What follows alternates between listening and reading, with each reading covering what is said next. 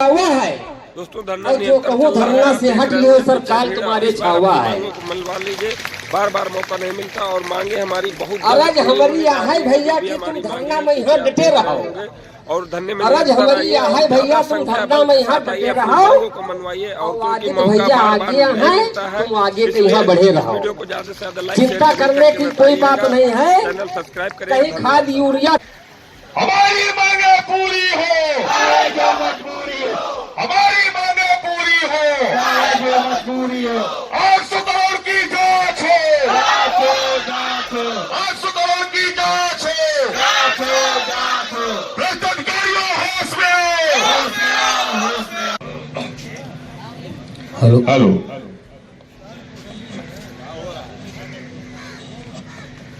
साथियों, आज हमारे संघर्ष को 51 दिन भी पूरे हो गए। ऐसा लग रहा था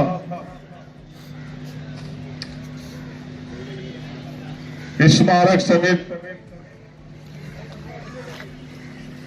का जो संघर्ष है वो सगुन मांग रहा था। हमने सगुन पूरा कर दिया है 51 दिनों का।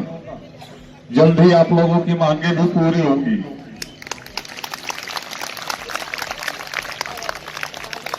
ये है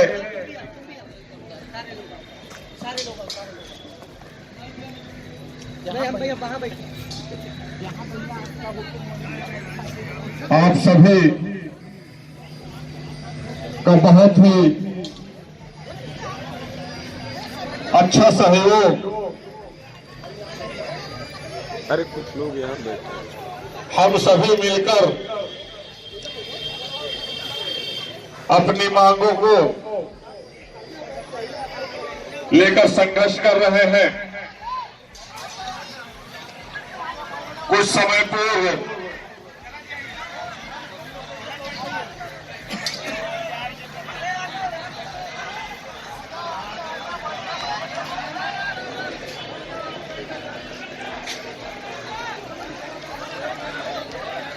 हमारे विमलेश भाई,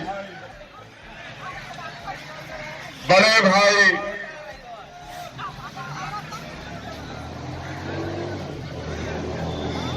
गीत के माध्यम से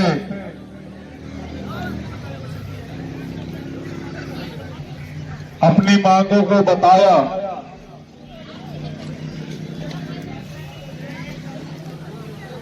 हालांकि वो जब दहाड़ते हैं इस मंच से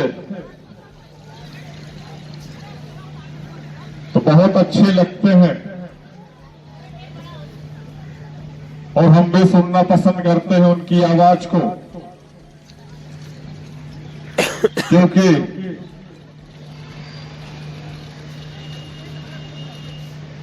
शेर की आवाज शेर ही समझ सकता है कि उसकी आवाज में दम कितना है। उनकी जिज्ञासाएं क्या है,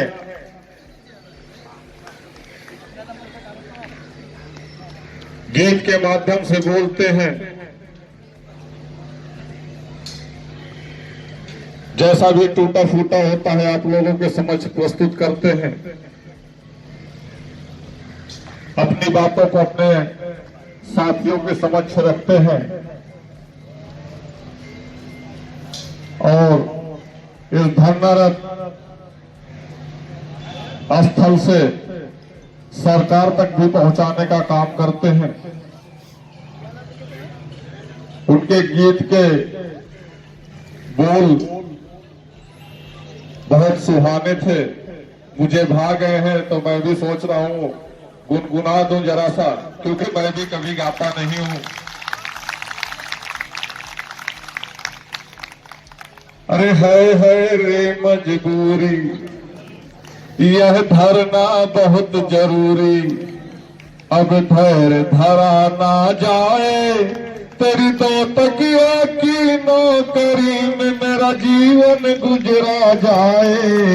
है रे मजबूरी, ये धरना बहुत जरूरी, अब धैर्य धरा ना जाए, तेरी दो तकिए की नौकरी में मेरा जीवन गुजरा जाए, है रे मजबूरी। 12 सावन बीत गए, 12 सावन बीत गए, बैठे हैं आस लगाए। पुनरीक्षित वेतन मुतासित मेडिकल भी लगवाए। स्थायीकरण का मिले आदेश, वो सावन कब आए, है कब आए, कब आए। आदेशों के मधुर मिलन का ये सावन हाथों से निकला जाए, है रे मजबूरी।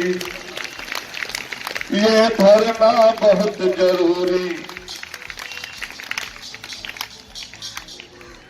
तेरी दो तकिया की नौकरी में मेरा जीवन गुजरा जाए, है रे मजबूरी। लेकिन ये 51 दिनों का जो धरना है, ये इतिहास रचेगा, मेरा वादा है आप लोगों से। और उस दिन क्या होगा जब मैं माननीय मुख्यमंत्री महोदय जी के आवास और विधानसभा का घेराव होगा। 12 से 13 लाख कर्मचारियों की संख्या बल में होगा, तो मजदूर कर्मचारी प्रदेश का वो हर एक चतुर्श्रेणी कर्मचारी उन रोडों पर होगा। और उस दिन माननीय मुख्यमंत्री महोदय जी क्या कहेंगे, उस पर भी गौर करिएगा। कहेंगे हाय रे मजबूरी, अरे हाय रे मजबूरी, यह धरना बहुत जरूरी। अब धैर्य धरा ना जाए, अब धैर्य धरा ना जाए। तेरी नौकरी की जितनी मांगे हैं, ये मेरा अधिकारी शासनादेश लेकर आए। अब आए, अब धरना को तुम समाप्त जा करके तुम करवाओ, अब जाकर तुम करवाओ, अपने शासनादेश लेकर के जाओ। तो अगर उस दिन का इंतजार कर रहे हैं माननीय मुख्यमंत्री महोदय, तो मैं उस दिन जन सैलाब और अपनी कर्मचारी साथियों का वो ताकत दिखाऊंगा, अवश्य दिखाऊंगा। और उस मैदान में देखते हैं वहां कितनी तादाद में जगह है और प्रशासन कितनी व्यवस्था होती है। साथियों, आज महसूस किया हूं मैं भी कि इन 50 दिनों में हम आप अपने बीच के साथियों को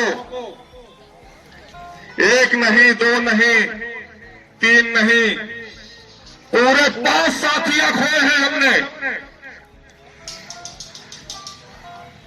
इन 50 दिनों के धरने में 5 साथियों को खोया है। कल ही हमने एक साथी को खोया है। जिस तरह से हमारे स्मारक समिति परिवार में मृत्यु दर बढ़ रही है, यह बहुत ही चिंतन का विषय है। सरकार को चिंतन करना चाहिए। शासन में बैठा हुआ हर उच्च अधिकारी को चिंतन करना चाहिए। इस स्मारक समिति के समस्त कर्मचारी अधिकारियों को चिंतन करना चाहिए। क्यों? क्योंकि जो आया है वो अमृत पी करके नहीं आया है, वो आया है वो जाएगा। लेकिन उसके परिवार का क्या होगा, अपने परिवार के लिए चिंतन करना आवश्यक है। क्यों? क्योंकि प्रदेश के वो हर एक कर्मचारी को,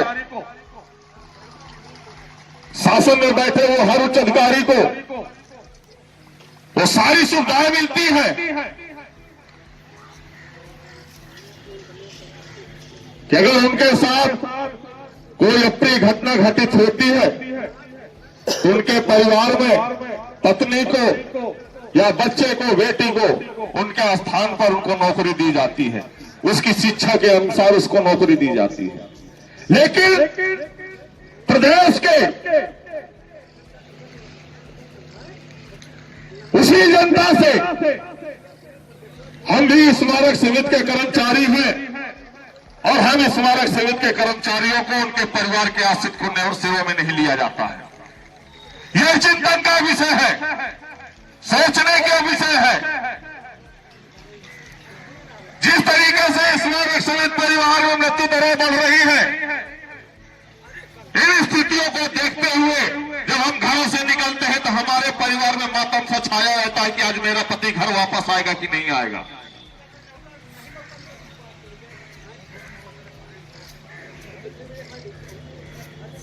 मेरी मां ड्यूटी पर गई है, सुरक्षित ड्यूटी पर पहुंची है कि नहीं पहुंची है।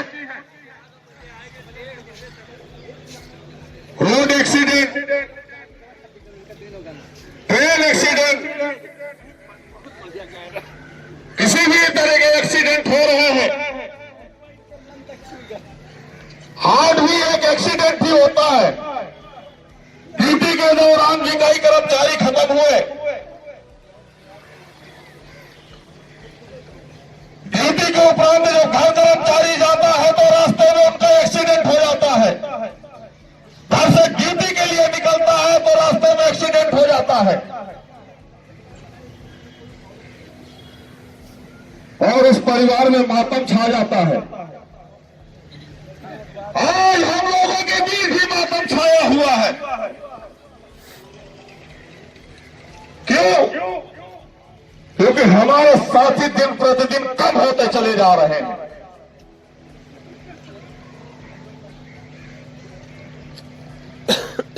यह चिंतन का विषय है।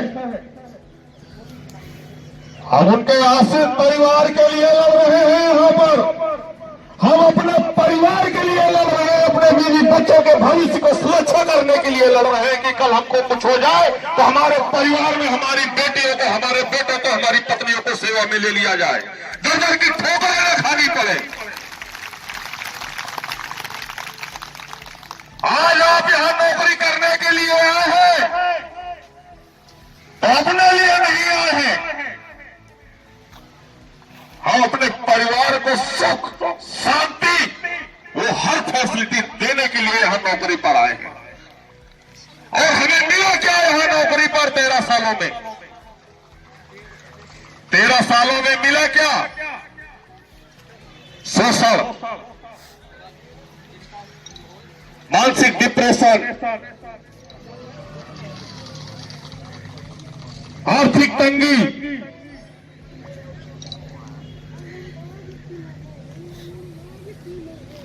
अधिकारियों की चापलूसी देखने को मिली। स्मारक समिति के अधिकारियों के अंदर 1 रुपया बढ़ाने की क्षमता नहीं है, लेकिन काटने में इतने आगे हैं। क्यों? क्योंकि ये काटना ही सीख करके आए हैं लोगों का, और काट काट करके आज अपने घर की तिजोरियों को भरने का काम किया है।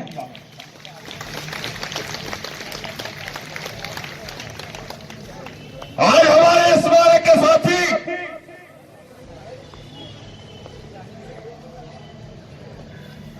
आर्थिक तंगियों से जूझ रहा है,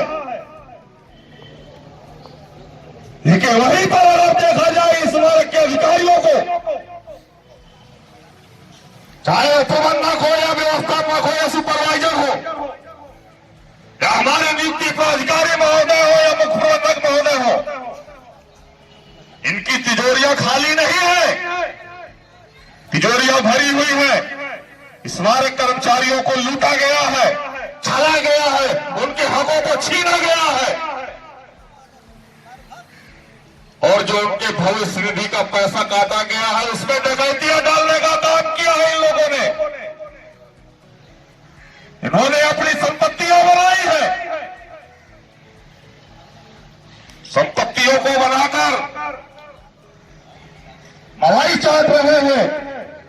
ये छोटा मोटा गबन नहीं किया इन्होंने, ये 800 करोड़ का गबन किया है और इस गबन को हम हरगिज बर्दाश्त नहीं करेंगे। हम इतनी आसानी से पीछे हटने वाले नहीं हैं। क्यों? क्योंकि हमने अपने वेतन से 10% की वेतन की ईमानदारी से कटौती करवाई है। वो मेरे बच्चों का भविष्य था, मैं अपने बच्चों के साथ खिलवाड़ नहीं करने दूंगा, अपने बच्चों के भविष्य के साथ खिलवाड़ नहीं करने दूंगा।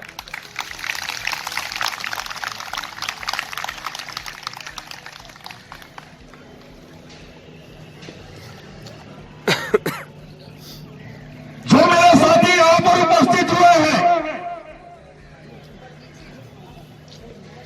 जो इस बार के कर्मचारी यहां पर नहीं आते हैं,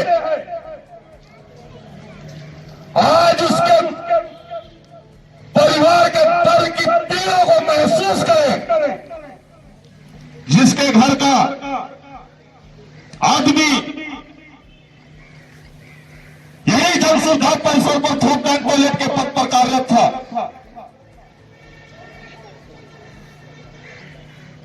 ड्यूटी समाप्ति के उपरांत जनपद कानपुर का रहने वाला ओम प्रकाश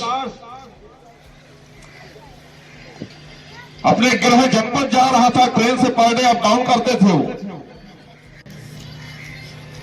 और कैसे ट्रेन में जगह थी नहीं थी, कैसे उनका पैर फिसला या गिर गए नीचे और ट्रेन से कटकर उनके साथ हादसा हो गया। समझ सकते हैं आप? उसके परिवार की दर्द की पीड़ा को आप लोग महसूस कर सकते हैं। और जो साथी नहीं आते हैं, घरों में बैठे रहते हैं, सोचते हैं कि जाकर के हम ये लोग लड़ रहे हैं, हमको तो मिल ही जाएगा। मैं उनके लिए भी कहना चाहता हूं कि आप लोग भी उनके दर्द की पीड़ा को समझिए, कल आपके साथ भी होगा, मेरे साथ भी होगा। लेकिन इस तरह की घटनाएं न हो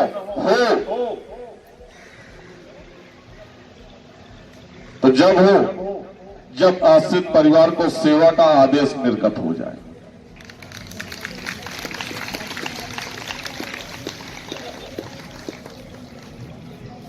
आ जाओ मैदान में, अपने बच्चों का भविष्य संवार लो आकर। हम आपके बच्चों का भविष्य संवारने के लिए मैदान में उतरे हैं।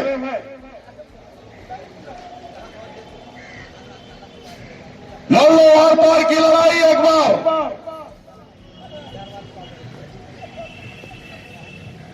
क्योंकि पूर्व में ही 18 दिसंबर को ही कह दिया गया था, लखनऊ विकास परिषद के गेट नंबर 2 में उसी मंच से ऐलान किया गया था कि ये संघर्ष की लड़ाई है, वर्चस्व की लड़ाई है, हमारे हक की लड़ाई है, हमारे बच्चों के भविष्य की लड़ाई है, करो या मरो। अब हम इस मंच से तभी उठेंगे या तो हमारे शासरा देश निर्गत होंगे या तो हमारे लाशें उठेंगी यहां से।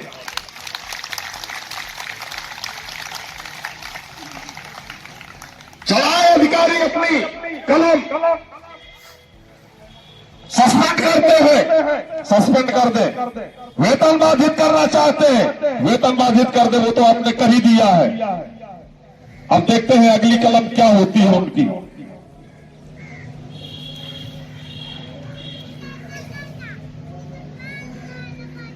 कुछ साथी तो ये सोचते हैं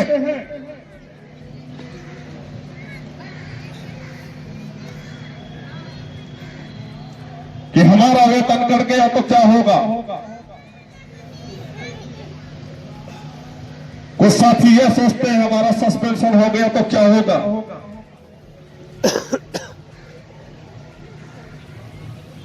उन्हीं साथियों के लिए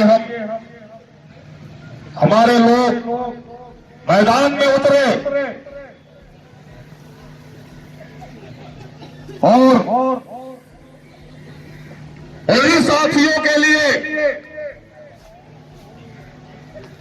हम लोगों के सस्पेंशन हुए तब भी हम पीछे नहीं हटे, हमारा वेतन घटा तब भी पीछे नहीं हटे, नोएडा बादलपुर स्थानांतरण किए गए तब भी पीछे नहीं हटे। फिर 300 कर्मचारियों का वेतन बाधित किया गया, तब भी पीछे नहीं हटे।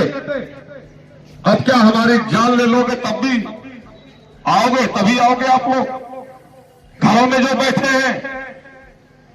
अगर यह मनसा बना रखी है तो मैं आप लोगों से वादा करता हूं कि मैं वो अंतिम सांस तक वो लड़ाई लड़ूंगा जब तक मेरा मुझे अधिकार नहीं मिल जाता है।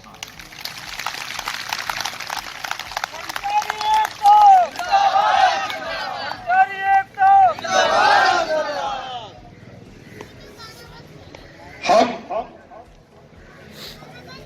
अपने साथियों से कहते हैं, आ जाओ मैदान में,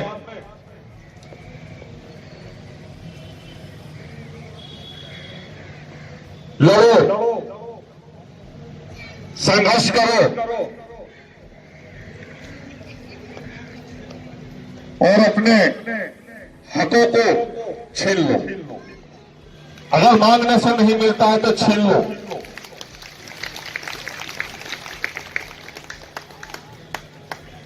हम अपने शासन में बैठे हुए उच्च अधिकारियों से और माननीय मुख्यमंत्री महोदय जी से भी निवेदन करना चाहेंगे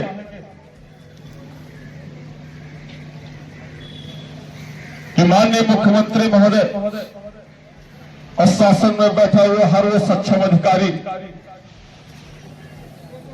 और हमारे नियुक्ति प्राधिकारी महोदय, स्मारक समिति अध्यक्ष महोदय जी से मैं निवेदन करना चाहूंगा कि स्मारक परिवार के उस दर्द की पीड़ा को समझने का प्रयास करिए।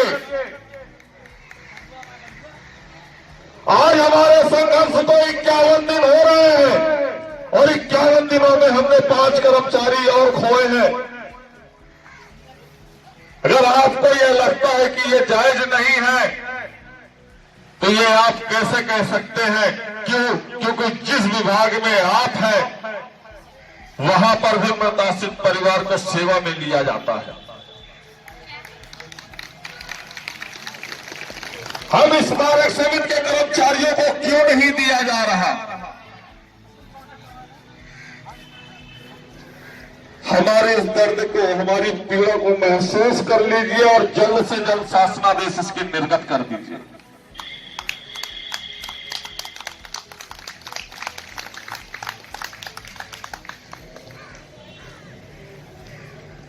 यदि हमें सुना नहीं गया और समझा नहीं गया और समय पर शासनादेश निर्गत नहीं किए गए तो कसम से मैं बता रहा हूं, 173 परिवारों की कसम खा करके कहता हूं, उन साथियों की कसम खा करके कहता हूं कि विधानसभा में माननीय मुख्यमंत्री महोदय जी के आवास पर और यहाँ पर आसपास 5 से 10 किलोमीटर की रोडों पर इतनी जगह नहीं छोड़ूंगा, इतनी जगह नहीं छोड़ूंगा कि वहां से चींटियां रैंक करके निकल जाएंगी। चींटियों को निकलने की जगह नहीं छोड़ूंगा पूरे लखनऊ में। इतना कर्मचारी को पूरे प्रदेश से ला करके खड़ा कर दूंगा कि आपको जगह नहीं मिलेगी, निकलने की जगह नहीं मिलेगी, तब तक नहीं मिलेगी जब तक शासनादेश नहीं निर्गत हो जाएगी। लगाइएगा आप कितना पुलिस बल का प्रयोग करेंगे।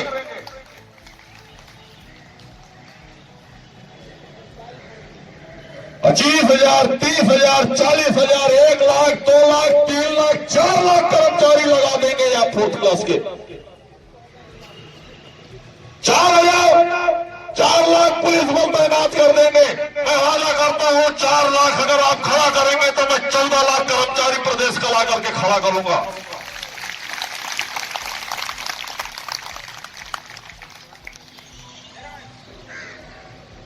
इसलिए हमारे जायज मांगों को लेकर के हम संघर्ष कर रहे हैं।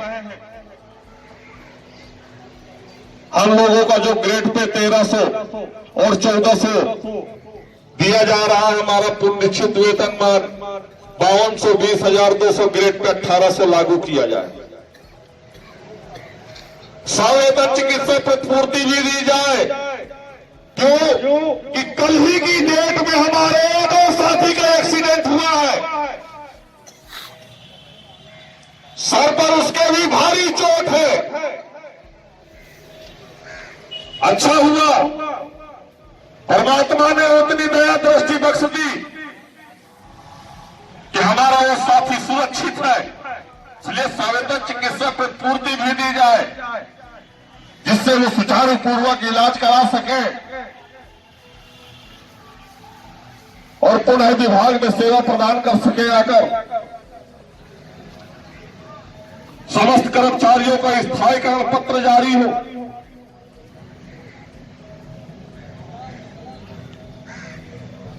प्रताड़ित परिवार को सेवा में लिया जाए। सातवें वेतनमान का भी लाभ दिया जाए। दीपावली पावन पर वो बोनस जो उपलब्ध करा जाता है सारे प्रदेश के कर्मचारियों को, हमारे स्मारक कर्मचारियों को भी दिया जाए। दिव्यांग भत्ता भी दिया जाए। ये हमारी मांगे हैं, मांगे नहीं है, ये हमारा हक है, ये हमें मिलना चाहिए, क्योंकि हम आपसे कुछ अलग नहीं मांग रहे। जो प्रदेश के सारे कर्मचारियों को दिया जाता है वही मांग रहे हैं, उससे अलग नहीं मांग रहे। माननीय मुख्यमंत्री जी,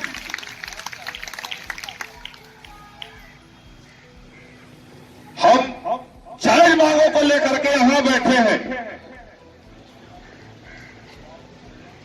हम निरंतर प्रयास कर रहे हैं। आज हम 51 दिन हो गए नियमबद्ध तरीके से अनुशासन में रहते हुए अपनी मांगों को इस मंच से आवाज उठा रहे हैं, और इन 51 दिनों में कोई भी शासन से सक्षम अधिकारी हमारे बीच नहीं आए। सत्ता पक्ष से कोई भी नेता मंत्री विधायक नहीं आए। जो वोट लेना होता है तब हमारे दरवाजे पर नजर आते हैं। हम वादा करते हैं अगर हमारी मांगें पूरी नहीं हुई तो 2024 का लोकसभा चुनाव भी सर पे है। 15 से 1600 स्मारक का कर्मचारी बीएलओ सुपरवाइजर के रूप में काम कर रहा है लखनऊ के 9 के 9 विधानसभाओं में।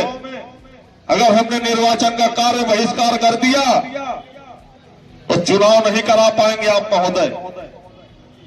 इसलिए मैं लखनऊ के वो 9 के 9 विधानसभा के जो विधायक हैं वो भी कोई एक नहीं आया हमारे बीच। आना चाहिए। अगर हमारी दर्द को, पीड़ा को समझा है तो सत्ता पक्ष से कोई नहीं आया, आया है तो कोई विपक्ष का आया है। हमारी पीड़ा को महसूस किया, उन्होंने जाना। भीम आर्मी के चीफ चंद्रशेखर रावत जी हमारे बीच आए और समर्थन भी दे करके गए कि जितना कर्मचारी आपका होगा उससे 10 गुना भीम आर्मी की सेना होगी। राष्ट्रीय अध्यक्ष श्री अखिलेश यादव जी अपने प्रतिनिधि जूही सिंह जी को भेजकर समर्थन दिया कि हम आपके साथ हैं, आपकी मांगे जायज है। लेकिन हम इस संघर्ष को, अपने धरने को राजनीतिक नहीं बनाना चाहते हैं। हमारे जो कर्मचारी अपनी मांगों को आवाज उठा करके हम आपसे निवेदन करके मांगते हैं कि हमारी मांगों को पूरा कर दिया जाए।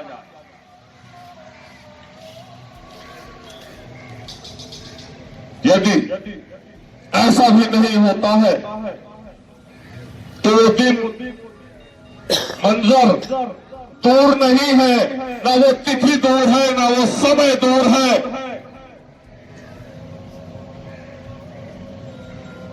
वो कहावत सत्य होगी, रख हौसला वो मंजर भी आएगा, फिर प्यासे के पास चलकर समंदर भी आएगा।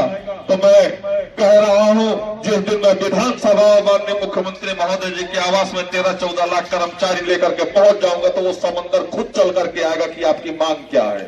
वो कहावत को मैं सत्य कर दूंगा। इसलिए उस समय, उस इतिहास को मैं दोहराना नहीं चाहता हूं। 2014 का वो मंजर, 4 दिसंबर का वो समय मैं दोहराना नहीं चाहता हूं। और दोहराने के लिए हमने तो वो तिथि भी नियुक्त कर दी है, समय भी स्थापित कर दिया है, लेकिन वो समय और तिथि जब आएगी तो वो मंजर भी आप देख लीजिएगा माननीय मुख्यमंत्री महोदय। शासन में बैठा वो हर उच्च अधिकारी देखेगा, वो हर मंजर पे देखेगा कि यहाँ पे आज क्या हुआ। कौशल किशोर आदित्य ने क्या ऐलान किया था इको गार्डन के धरना स्थल से। वो समय आएगा और हम आपको मंजर भी दिखाएंगे। हमारी मांगों को या तो फिर मंजर देखने से पहले ही शासनादेश निर्गत कर दे तो ये स्मारक परिवार आपका सदैव आजीवन ऋणी रहेगा। और मैं स्मारक समेत परिवार की तरफ से आपको सादर प्रणाम करूंगा।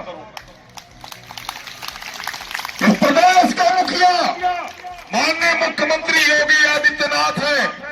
अगर वो जो कहते हैं वो टलता नहीं है तो मैं ये भी बता दूं, आज स्मारक कर्मचारियों का भी प्रतिनिधि आदित्य ही कर रहा है। और मेरा नाम खराब होगा तो आपका भी खराब होगा, और आपका खराब होगा तो मेरा भी खराब होगा, क्योंकि हमने भी इसी मंच से ऐलान किया कि 14 लाख कर्मचारी विधानसभा की ओर लेकर के आएंगे और हम 70% लेकर के आएंगे।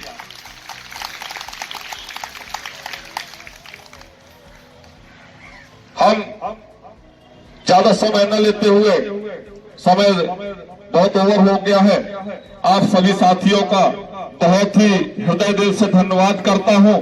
और आप लोग हौसला रखो, जल्द ही आप लोगों की मांगों पर विचार करके शासनादेश निर्गत किए जाएंगे और माननीय मुख्यमंत्री महोदय अपने किसी सक्षम अधिकारी से इस धरना स्थल पर शासनादेश लेकर के भिजवाएंगे और याचना होगी कि आप लोग धरना समाप्त कर दीजिए। जोरदार आवाज दो,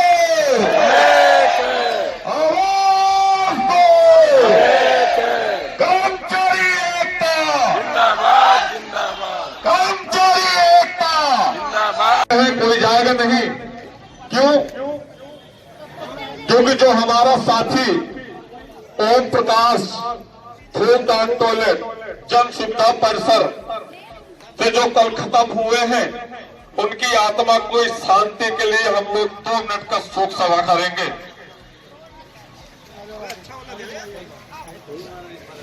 ये दुर्भाग्य है कि इन 51 दिनों में हम 5वीं शोक सभा करने जा रहे हैं। माननीय मुख्यमंत्री महोदय जिसे निवेदन करूंगा कि संज्ञान में ले, और शासन में बैठा वो हर उच्च अधिकारी संज्ञान में ले कि इन 51 दिनों में हम 5वीं शोक सभा करने जा रहे हैं इसी धरना स्थल पर। ये दुर्भाग्य है हमारा।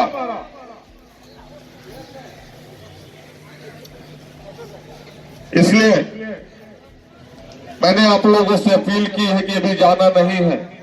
वो हमारा साथी है, वो हमारा भाई है, वो हमारा ही परिवार है।